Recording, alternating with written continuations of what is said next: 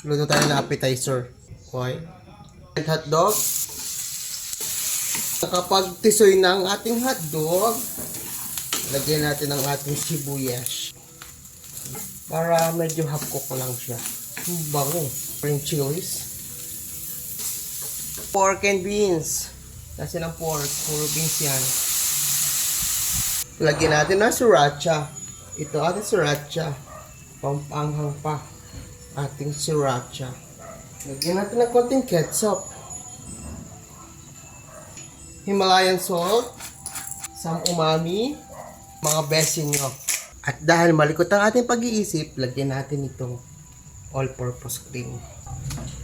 Yan. Cheddar and cheese. Yan. Okay na yan. Sarap. Look at that.